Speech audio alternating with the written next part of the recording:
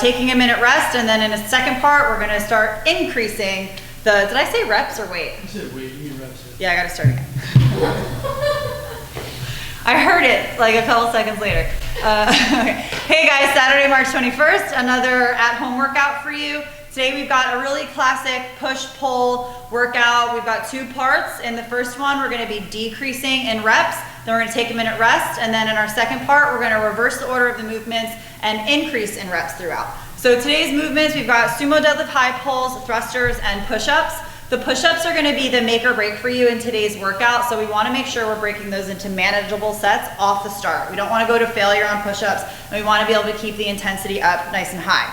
Our goal for today is a consistent pace throughout this whole thing, and we wanna go unbroken on those Sumo Deadlift High-Pulls and the thrusters if we can. This is where we'll be using the backpack for today, or if you happen to have dumbbells, kettlebells, even a barbell on hand, you can go ahead and sub that in as well.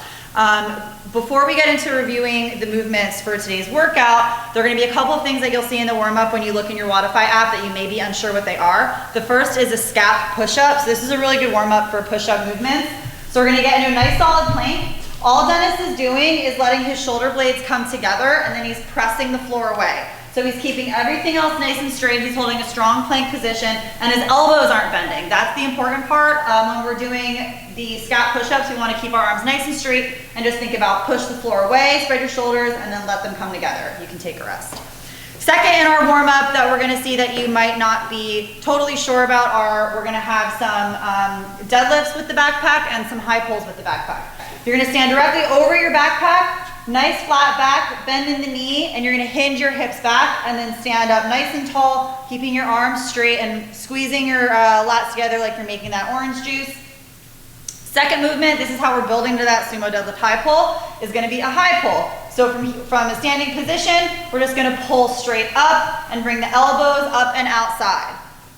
So from here, we'll go right into that Sumo Deadlift High Pull. What we're going to do is connect the deadlift and the high pull into a more explosive movement. So we're going right from the floor, pulling those elbows high up and outside and standing tall and nice and explosively. So secondly, we've got everybody's favorite thrusters. This time we're going to do them with our backpack. You can load up your backpack with as much weight as you want. You can use water bottles, you can wrap books and sweatshirts. Either way, we're holding it in this front rack, coming into a full front squat, and then standing and pressing overhead. So the thruster ends in a push press, not a push jerk. So we're not re-dipping the knees, going from that full front squat all the way extended overhead.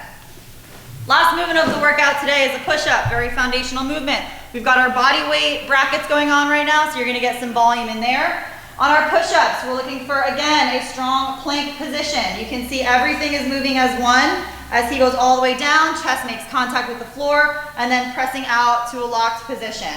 You can rest.